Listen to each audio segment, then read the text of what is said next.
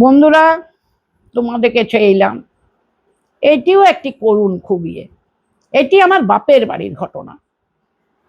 আমার বাপের বাড়িতে একজন ভাড়া নিয়ে এলো, ব্যাংকে সার্ভিস করে ভদ্রলোক, কিন্তু ভদ্রলোক হচ্ছে হ্যান্ডিক্যাপ।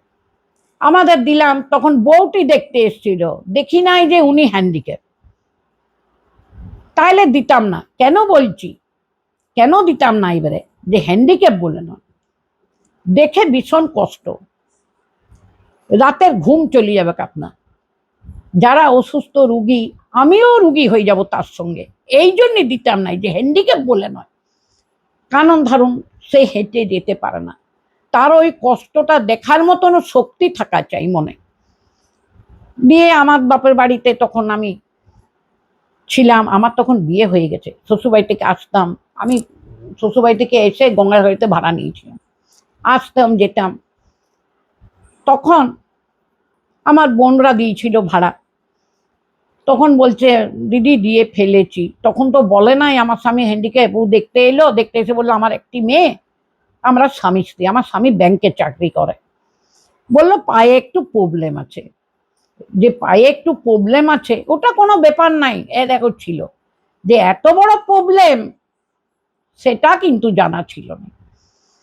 উনি হাঁটতে তো পারেনি নাই, ওই ঘরের থেকে বেরান, বসে বসে বসে ওর স্বামী স্ত্রী চলে যায় পায়খানায়। আমাদের কোমর ছিল না, কিন্তু উনি করেছেন কি, একটি বেঞ্চে যে স্বামীকে বসিয়ে দিয়ে আসতেন, সেই ছোট্ট চেয়ারকে কেটে কমটের মতো তৈরি করিয়ে সেইটি নিয়ে ও বসিয়ে দিয়ে আসতেন, আবার সেইটি তুলে আমাদের পেছনে একটা জায়গা আছে সেইখানে রেখে দিতেন ধুয়ে। তো সত্যিই মেয়েটি খুব ভালো। মেয়েটির যে বিয়ে হয়েছিল, মেয়েটি গরিব ঘরে, তার বাবা মা চপের দোকান করতো, সেই মেয়েটিকে বিয়ে করেছিল। মেয়েটি দেখতেও ভালো ছিল, মেয়েটির নাম ছিল সন্ধ্যা। তারপরে আর ছেলেটির নাম ছিল কিশোর বাবু, কিশোর বাবু বলতো। দিয়ে আমরা দেখতাম, আমি যখন গেছি আমাদের খুব কষ্ট হতো। উনি অমনি করে, আমার বোনরা বলছে দিদি দেখে যা কষ্ট লাগে রে, আস্তে আস্তে করে। আমি কষ্ট হলে কি করবে, ও স্ত্রী তো ওইগুলো ম্যানেজ করছে, বল কত, মানে মেয়েটি মানে কত ভালো। এইরকম যুগে এরকম স্ত্রী পাওয়া সত্যি কষ্ট। তাকে ওই বসিয়ে দিয়ে আসা, বসে বসে যাওয়া, আবার তিনি ব্যাংকে যেতেন, রিস্কো প্রতিদিন বাঁধা, রিস্কোতে তিনি সিটে উঠতে পারতেন না। আস্তে আস্তে করে ওই দরজা গোড়া থেকে বেরাতো, ও স্ত্রী আস্তে আস্তে যেত, দু হাতে স্কেচ, সেই স্কেচটি নিয়ে ধরে ওকে দাঁড় করানো হতো। দিয়ে আস্তে আস্তে ওর স্ত্রী এরকম করে গেল, স্কেচটি ধরে ওকে দাঁড় করিয়ে দিল। ওর স্ত্রী চাপলো রিস্কোতে, আর ওকে ও নিচে বসলো, কেন উপরে ওঠার বসার ক্ষমতা নাই। স্কেচগুলি নিয়ে ওর স্ত্রী বসলো, দিয়ে নিয়ে চলে গেল ব্যাংকে। সেইখানে ব্যাংকে নিয়ে যে, উনি বোধহয় স্টেট ব্যাংকে না কোথায় কাজ করতেন, সেইখানকে নিয়ে গেল, ব্যাংকে বসিয়ে দিয়ে চেয়ারে। তারপরে উনি আসতেন, উনি হ্যান্ডিক্যাপের জন্যই চাকরি পেয়েছেন, কিন্তু শিক্ষিত, ব্যাংকে ভালো চাকরি পেয়েছিলেন। আবার ছুটি হলে তার স্ত্রী রিস্কো বাঁধাই ছিল, তাকে নিয়ে আসতেন। এইরকম আমাদের ঘরে প্রায় উনি 1-1.5 বছর ভাড়া ছিলেন, তারপরেও ছিলেন কিছুদিন আরো, দিয়ে থাকে। কিন্তু বুঝতেই তো পাচ্ছেন, মেয়েটি দেখতেও সুন্দর, তার একটি বাচ্চা মেয়ে হয়েছিল, সন্ধ্যার মেয়েটি বেশ বড়, 4-5 বছরের। মা বাবা খুব ফর্সা, দারুণ ফর্সা বাবা, দেখতে খুব সুন্দর। উনি হ্যান্ডিক্যাপ বলেই বিয়ে দিয়েছিল, তার মা বাবা জানছে পয়সা কড়ি লাগবে না। তো মেয়েটি প্রতিদিন ওর স্বামীকে রিস্কোতে করে দিয়ে আসতো, তারপরে রিস্কোটি ছেড়ে দিত। দুবার করে তো রিস্কোর পয়সা দিয়ে আসার ক্ষমতা ছিল না। ওই একবার যেত, আবার তখন স্বামীকে নিয়ে আসতো, আর যখন যাবার সময় যেত, আর রিস্কোটাই ঘুরতো না, রিস্কোটা ছেড়ে দিত। আবার তখন উনি রিস্কাওয়ালাকে বলা ছিল তুমি ওখানে থাকবে, ওইখানে চেপে স্বামীকে নিয়ে আসতো। আর যাবার সময় স্বামীকে যখন ব্যাংকে আনতে যেত, তখন আবার হেঁটেই যেত। এইরকম করে তার চলে। কেননা তখনকার, যখনকার কথা বলছি, বেশ অনেক দিনেরই, তখন বেতনও কম ছিল, তারপরে ওনারও ছেলেটিকে মানুষ করতে হচ্ছে, তারপরে ওনার ওষুধ আছে, পত্র আছে, সমস্ত আছে, যেত। বুঝতে তো পারছেন আমাদের সমাজ কত ভালো ব্যবস্থা। মানুষ যখন দেখে স্বামী অসুস্থ বা কিছু, অনেক সুযোগ সন্ধানী ছেলে থাকে, কি করে তাকে ইয়ে করব, লোবন দেবো, পেছনে লাগবো। তখন অনেকগুলি ছেলে তার পেছনে লেগেছিল, 2-3 জন 4 জন ছেলে তার পেছনে লেগেছে, প্রতিদিন তার পেছনে পেছনে যাওয়া। একদিন তো নানা রকম এসে কাঁদতে লাগলো। আমরা বৌদি বলতাম, সন্ধ্যা বৌদি দেখছি একদিন কাঁদছে, ঝরঝর করে কাঁদছে। আমি কি এলো? বলছে আজ আমার স্বামী এমনি বলে আমাকে এরকম করছে। তখন আমি বললাম কিন্দো না, আমি প্রায়ই চলে আসতাম তো, এসে বাপের বাড়িতে আমার ডাক্তার দেখাতাম। দিয়ে বলছে আমাকে যেতে যেতে কতগুলি ছেলে এমন ক্রিটিসাইজ, এমন আজে বাজে নোংরা কথা।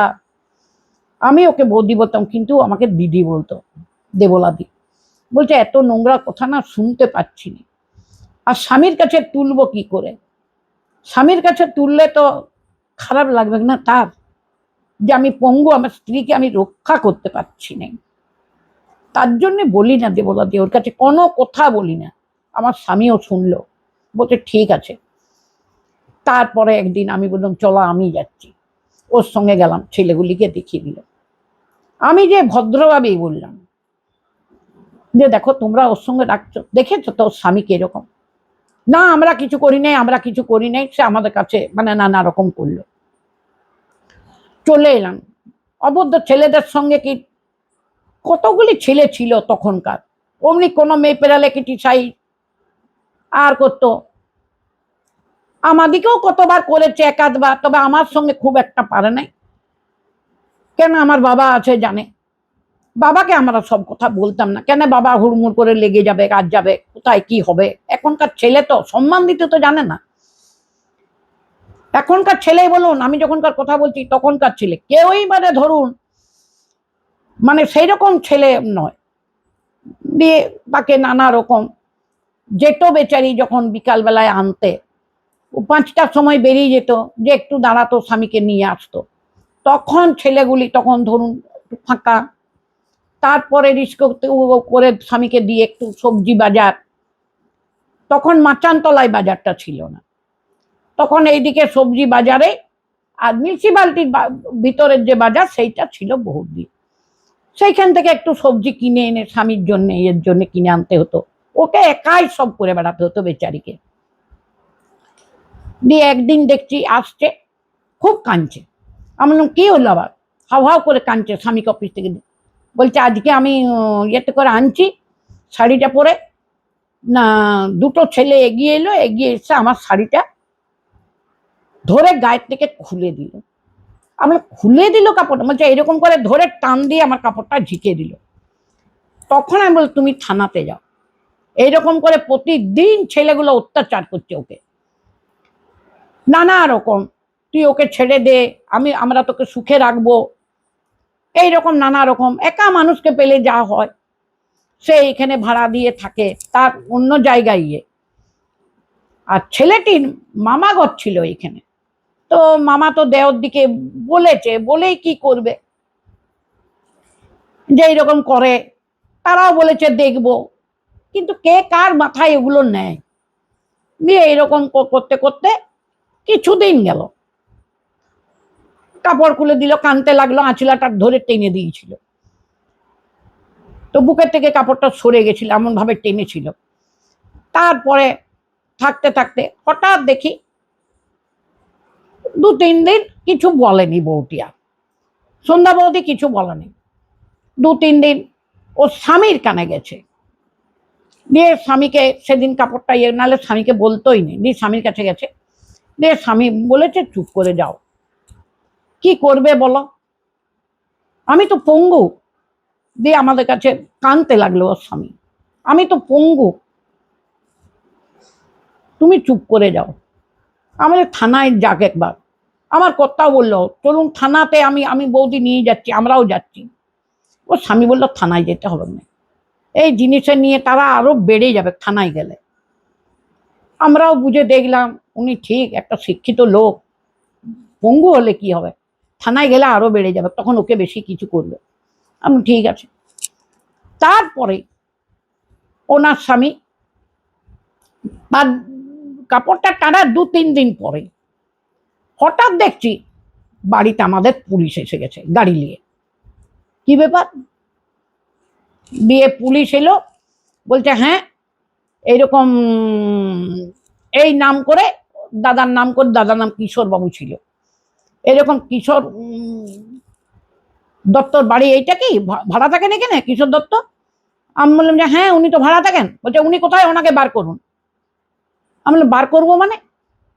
উনি কি করেছেন?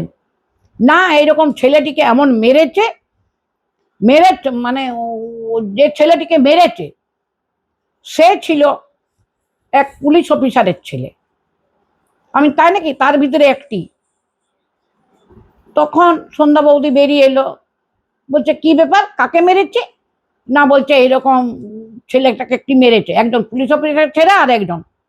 দিয়ে বললো ওই দুটো ছেলে তো আমাকে তো এরা বলছিল থানায় ইয়ে করতে, ওরা আমাকে ক্রিটিসাইজ করতো, আঁচলা ধরে টেনে দিত, কই আমি তো যাইনি। আর আমার স্বামী না আপনি ডেকে দেন। বলছে ওকে কি ডেকে দেবো, আপনারা আসুন। আমরাও ছিলাম, পুলিশ দুজন ঘর ঢুকলো, ঘর ঢুকে ওকে দেখতে গেল। ওর স্বামীও, এই ওর ছেলেটির বাবা পুলিশের চাকরি করতো, আমরা জানতাম না, তাহলে তোর বাবাকে রিপোর্ট করতাম। দিয়ে এলো, বলছে আমার ছেলেকে এমন মেরেছে, আমার ছেলে ইয়েতে গোবিন্দনগরে ভর্তি আছে।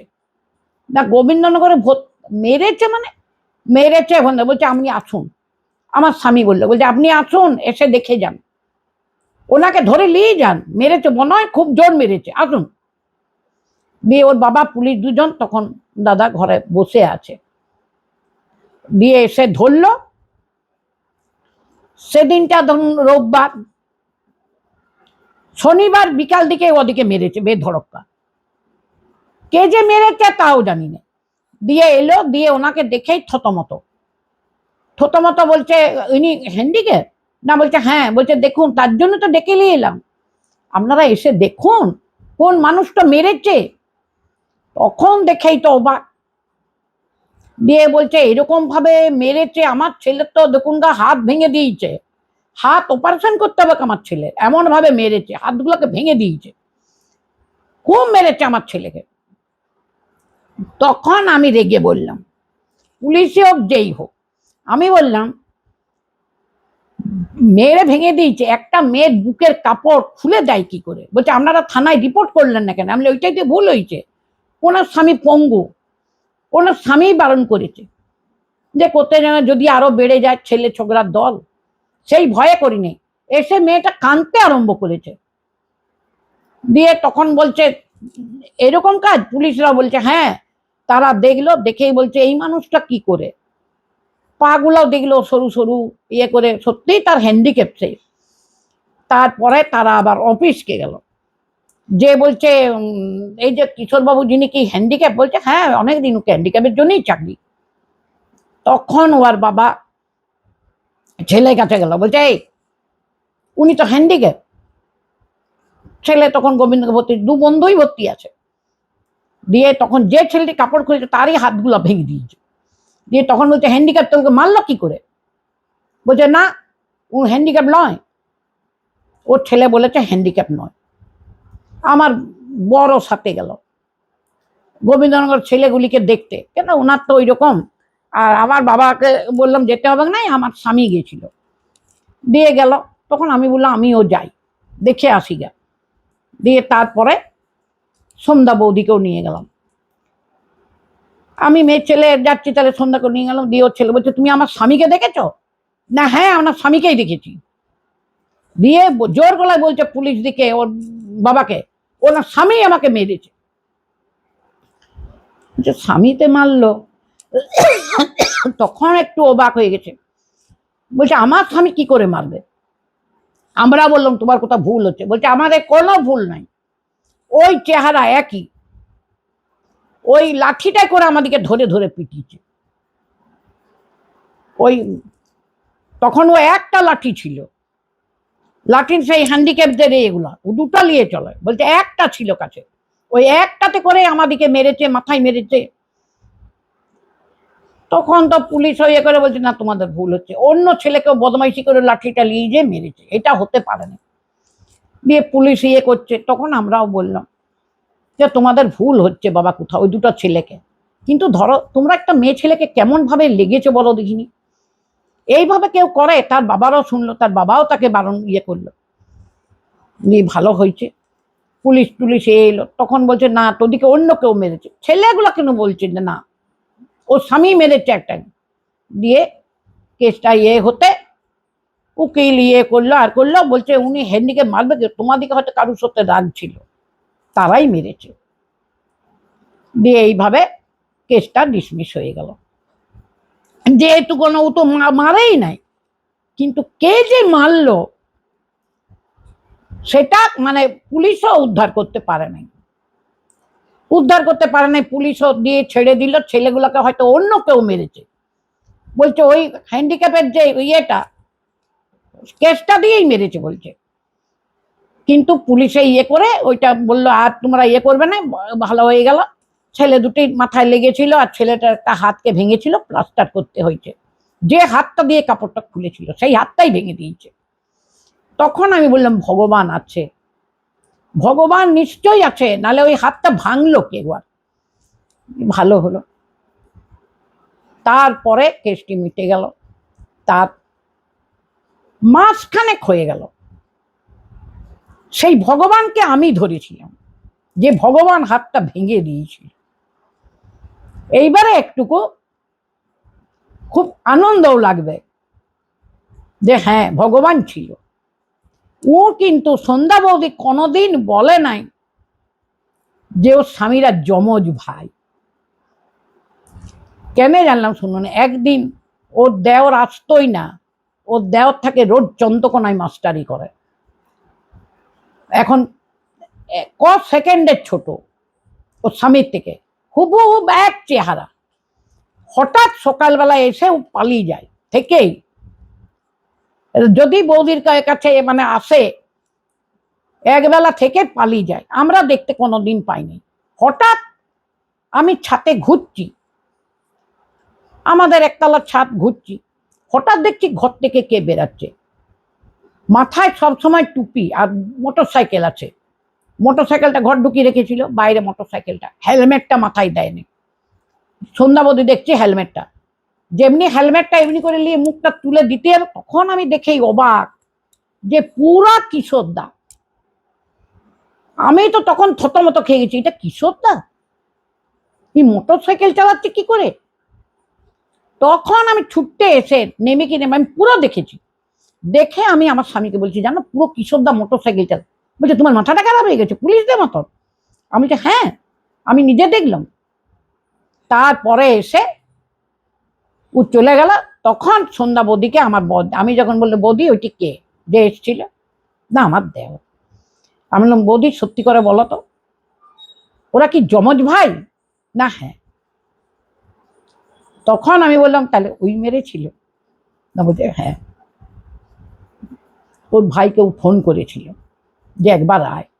তো আমার দেওর এসছিল, দেওরের বন্ধু এসছিল, দুজনা মিলে। ও বললো তো স্কেচটা দে। ও আর একটা স্কেচ নিয়ে গেল, বলছে দুটার দরকার নেই, একটা দে। একটা দিয়ে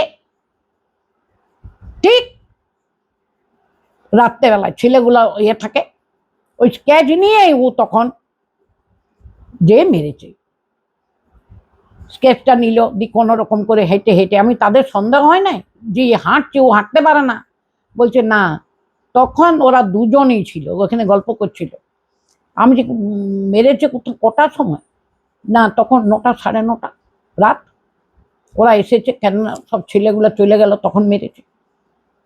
আমি ঠিক আছে। আমি তুমি তো সন্ধ্যাবধি আমাদেরকে বলো নাই। না বলছে না বলি নাই, কেননা আমার দেওর মাস্টারি করে ধরা পড়ে যাবে, এটা বলো না কাউকে। আমি না না মাথা খারাপ, যে কাজটা করেছে তার জন্য আমি বাহবাদ দিচ্ছি, হাতটা কেটে দিতে পারতো দরকার হলে, যে ওই রকম করেছিল। সত্যিই আমার খুব ভালো লেগেছে তখন, যে তাইলে ভগবান রূপী হয়ে ওই মেরে দিয়েছে, খুব ভালো করেছে। তারপর থেকে ছেলেগুলো আর কোনো দিন বৌদির কাছে আর লাগতো না, আমাদের ঘরে সে 2-2.5 বছর ছিল, তারপরে বাড়ি করলো প্রতাপ বাগানে, দিয়ে উঠে গেল। মানে এটি সিনেমার মতন ঘটনা হয়ে গেল, কিন্তু আমি দেখে ফেলেছিলাম বলে তাই, নাহলে কোনোদিনই বুঝতে পারতাম না। আমি ভগবানকেই বলতাম, ভগবানই গোপালই এসে মেরেছে। ঠিক আছে বন্ধুরা।